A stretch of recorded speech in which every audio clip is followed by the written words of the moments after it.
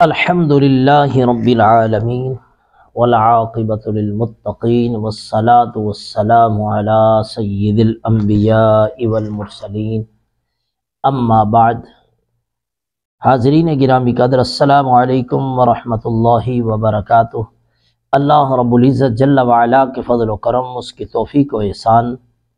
اور اس کے پیارے محبوب علیہ تحیت و ثنا کی نعلین پاک کے تصدق میں آج بحمد اللہ تعالی ہم لیکچر نمبر 38 کا آغاز کر رہے ہیں نورانی قاعدے کے آخری حصہ سے۔ یہ آخری حصے کا سیکنڈ لاسٹ جز ہے، یعنی تتمہ ہم پڑھ رہے ہیں اجرائے قواعد کا خاتمہ، جو پورے نورانی قاعدے کا نچوڑ ہے، نورانی قاعدے کی سمری ہے، وہ ہم پڑھ رہے ہیں۔ اس کے 2 حصے ہم پڑھ چکے ہیں، آج 4 لائنیں ہم مزید پڑھیں گے۔ اب صاروہا، اب با ساکن پر قلقلہ کریں گے، یعنی با کی آواز لوٹ کے آئے گی، جنبش دیں گے آواز لوٹ کے آئے گی۔ اب صاروہا، صاد کو پر کر کے پڑھی، سراجن، راجن، رو کو پر کر کے پڑھیں گے، وَسِرَاجًا، اب جیم پر تنوین ہے، نون تنوین کے بعد واو آ گئی، ادغام با گنہ کریں گے، سِرَاجًا وَهَاجًا، یہاں پہ بھی ادغام با گنہ کریں گے، جن کے بعد واو ہے، نون تنوین کے بعد واو ہے، جَوْ أَنزَلْنَا، ان یہاں پہ ان پہ اخفا کریں گے تو انزلنا، اکللمن، اکللمن، لام پر تنوین ہے، اکلن، اس کے بعد پھر لام ہے، لام مشدد ہے، تو لام حروف یرملون یعنی حروف ادغام میں سے ہے، تو لام نون تنوین کے بعد لام آیا تو ادغام بلا گنہ کریں گے، تو اکللم، اکلل، لام کو لام سے ملا دیں گے، نون درمیان سے آواز ختم ہو جائے گی، اکللم من۔ اب یہاں پہ من، نون تنوین کے بعد واو ہے، ادغام با گنہ کرتے ہوئے، من وتحبون المال حبا، اب بن تنوین ہے، بن نون تنوین کے بعد جیم ہے، تو یہاں پہ پڑھیں گے جمن، غثاء، سا کو باریک نرمی سے ادا کریں گے، غثاء، غثاء، سا پر مد متصل 3 الف کھینچیں گے، ان، اب حمزہ پر تنوین ہے، نون تنوین کے بعد پھر حمزہ آ گیا، اظہار کریں گے، غثاء احوا، معتدن، یہاں پہ دن پہ پھر اظہار کریں گے، معتدن اثیم، اذا تتلا نارا، اب رن، را پر تنوین ہے، پھر ہا ہے، یہاں پہ بھی اظہار کریں گے، نارا حامیتن، اب تن نون تنوین کے بعد تا ہے، تسقا کا تا، تو یہاں پہ اخفا کریں گے، حامیتن تسقا من، نون ساکن کے بعد عین ہے، اظہار کریں گے، من عین، نون پر تنوین، نون تنوین کے بعد حمزہ، یہاں پہ بھی اظہار کریں گے، عین آنیت، من باخیلا، من نون ساکن کے بعد با ہے تو نون کو میم سے بدل کر غنہ کریں گے، من کو پڑھیں گے مم باخیلا، مم باخیلا، میم کو میم سے ملائیں گے تو غنہ ہو جائے گا، مم باخیلا۔ ویسے میم ساکن پہ غنہ نہیں ہوتا، صرف جب با بعد میں آئے یا میم کے بعد میم آئے، میم کے بعد میم آ جائے، میم ساکن کے بعد، میم ساکن کے بعد یا با آ جائے تو پھر ہم ہونٹوں کو ملائیں گے، تھوڑا سا وقت دیں گے، کم از کم 1 سیکنڈ۔ مم، بخیلا، لینبذن، لینبذن، بدن لیون نون ساکن تھا اس کے بعد با ہے تو یہاں پہ بھی نون کو میم سے بدل کر لیون بدن پڑھیں گے۔ آج کے 38ویں لیکچر کا دوسرا سیگمنٹ ہے قرآن مجید کی آیات مبارکہ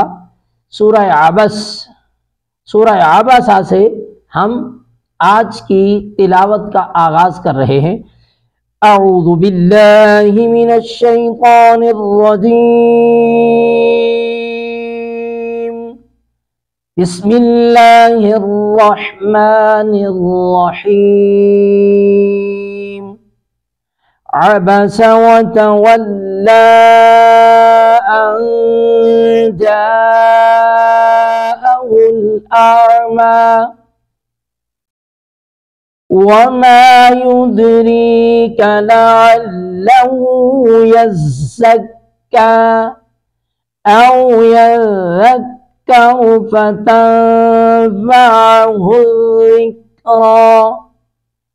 أما من استغنى فأنت له تصدى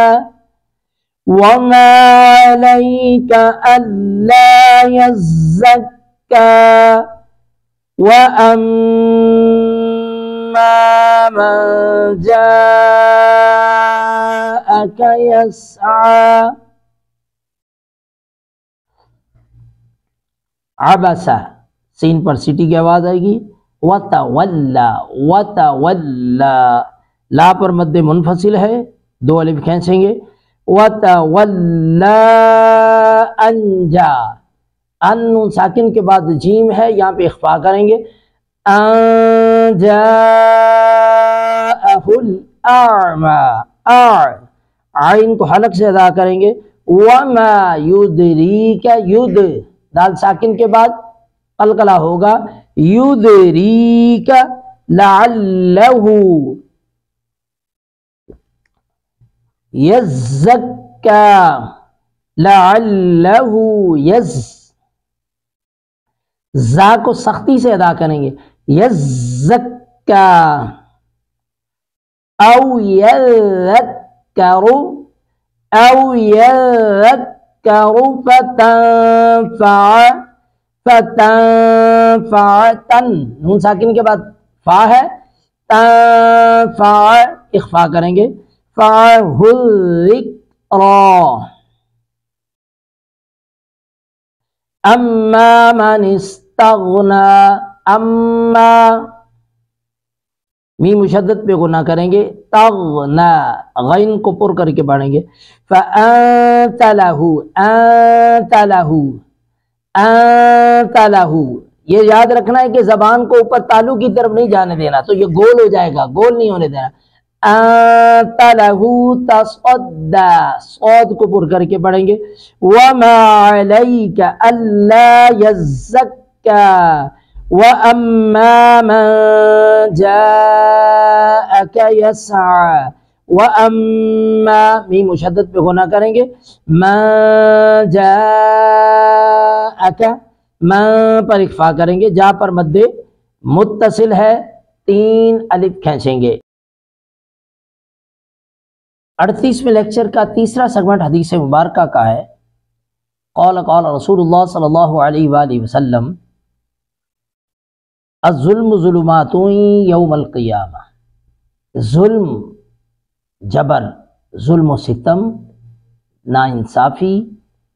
قیامت کی اندھیریوں میں سے ایک اندھیری ہے، قیامت کے اندھیروں میں سے ایک اندھیرا ہے۔ آقا علیہ الصلوۃ والسلام نے ایک لفظ بیان فرمایا، ایک لفظ بیان فرما کے پوری کائنات کو سمیٹ کے رکھ دیا، یعنی اشارہ کیا ہے کہ جو شخص آج دنیا کے اندر ظلم کرے گا وہ سمجھ لے کہ وہ ایسے اپنے لیے اندھیروں کے گٹا ٹوپ اندھیروں کے گڑھے کھود رہا ہے، قیامت کے دن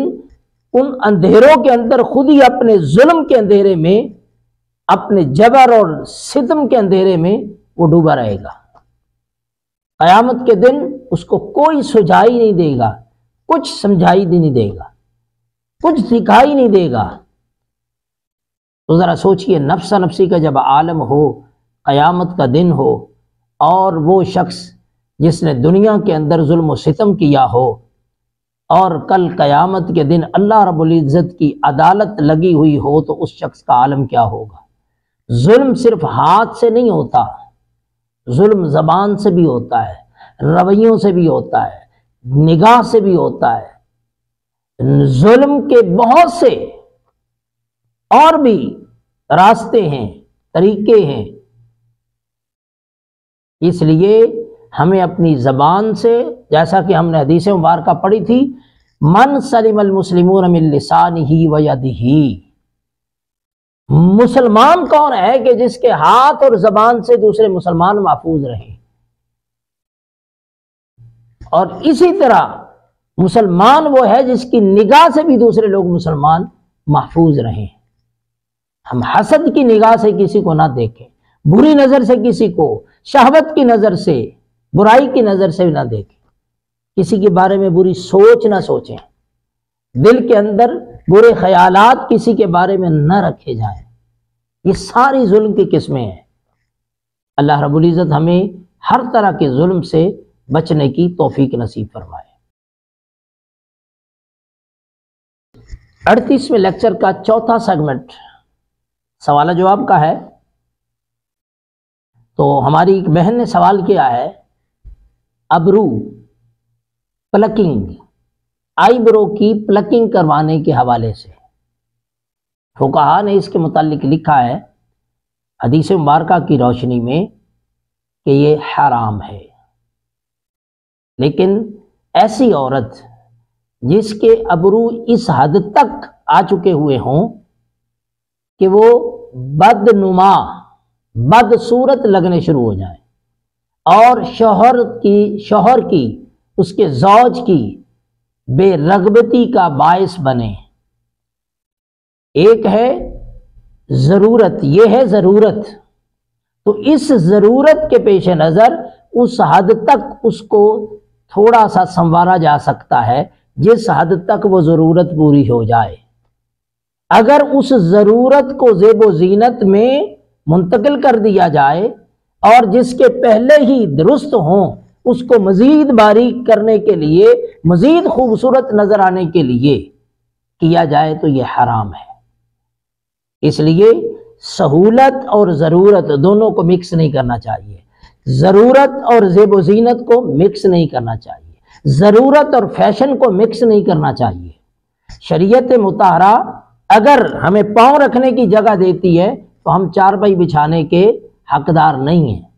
ہم اپنی من مرضی کے ساتھ مزید 2 4 5 سہولیات اپنی طرف کھینچ کر نہیں لا سکتے۔ شریعت مطہرہ نے، جیسا کہ اس کی ایک مثال دے رہا ہوں کہ قرآن مجید فرقان حمید نے ارشاد فرمایا، حرمت علیکم المیتۃ والدم ولحم الخنزیر وما اہل بہ لغیر اللہ فمن اضطر غیر باغ ولا عاد۔ فرمایا جو مجبور ہو جائے، 4 چیزیں حرام کر دی گئی، مردار حرام ہے، خون حرام ہے، حرمت علیکم المیتۃ والدم ولحم الخنزیر، خنزیر کا گوشت، اور ایسا جانور جس پر ذبح کے وقت بسم اللہ، اللہ اکبر کی بجائے بسم اللہ والمنات والعزیٰ، یا اپنے پیر مرشد کا، اپنے والدین کا، حتیٰ کہ آقا دو جہاں تاجدار کائنات صلی اللہ علیہ وسلم کا نام بھی پکارا گیا ہو، تو ذبح کے وقت، ذبح سے پہلے یا بعد میں کسی کا نام لیا جائے کوئی حرج نہیں ہے، منسوب کسی کی طرف کر دیا جائے کوئی حرج نہیں ہے، اس کا ثواب، ایصال ثواب کسی کی طرف منسوب کر دیا جائے کوئی حرج نہیں ہے۔ ذبح کے وقت کسی کی طرف کسی کا نام لینا جائز نہیں ہے، کسی بھی اللہ کے سوا کسی کا نام لینا جائز نہیں۔ وہ جانور تو یہ حرام بیان کرنے کے بعد جو مجبور ہو جائے،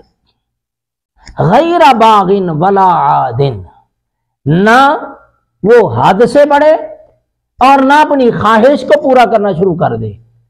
جو شخص مجبور ہو جائے، مرنے کے قریب ہو جائے، تو اس کو اتنا لقمہ، اتنا نوالا، اتنا کھانا اس کے لیے جائز ہوگا، اجازت ہوگی، رخصت ہوگی، اس پر پکڑ نہیں ہوگی، جتنا وہ کھا کر اپنی جان کو بچا سکتا ہو۔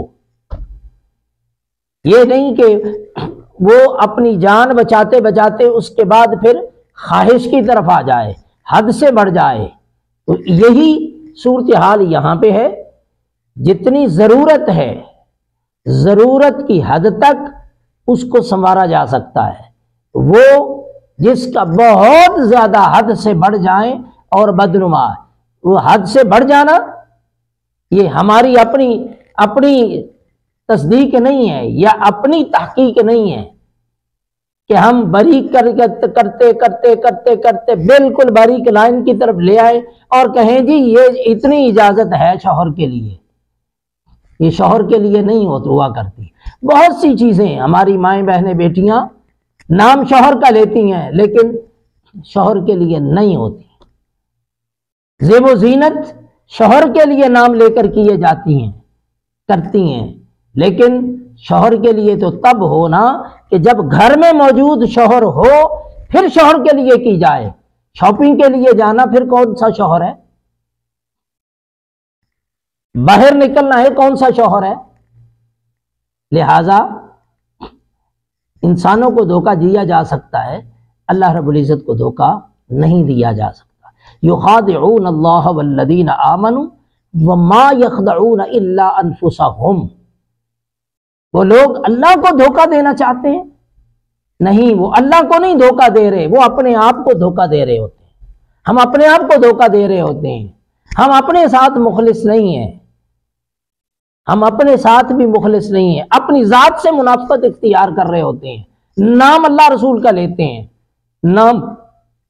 اللہ رسول کے حکم پر شوہر کا لیتے ہیں، جبکہ ایسا نہیں ہے۔ اللہ رب العزت ہمیں ہوش کے ناخن لینے کی توفیق نصیب فرمائے، سمجھنے کی توفیق عطا فرمائے۔ کاش کہ آج اگر سمجھ جائیں گے تو پھر قبر میں جا کر، حشر میں جا کر ہمیں پچھتاوا نہیں ہوگا۔ اللہ رب العزت ہمیں دین متین پر عمل کرنے کی توفیق نصیب فرمائے۔ وما علینا الا البلاغ۔ السلام علیکم ورحمۃ اللہ وبرکاتہ۔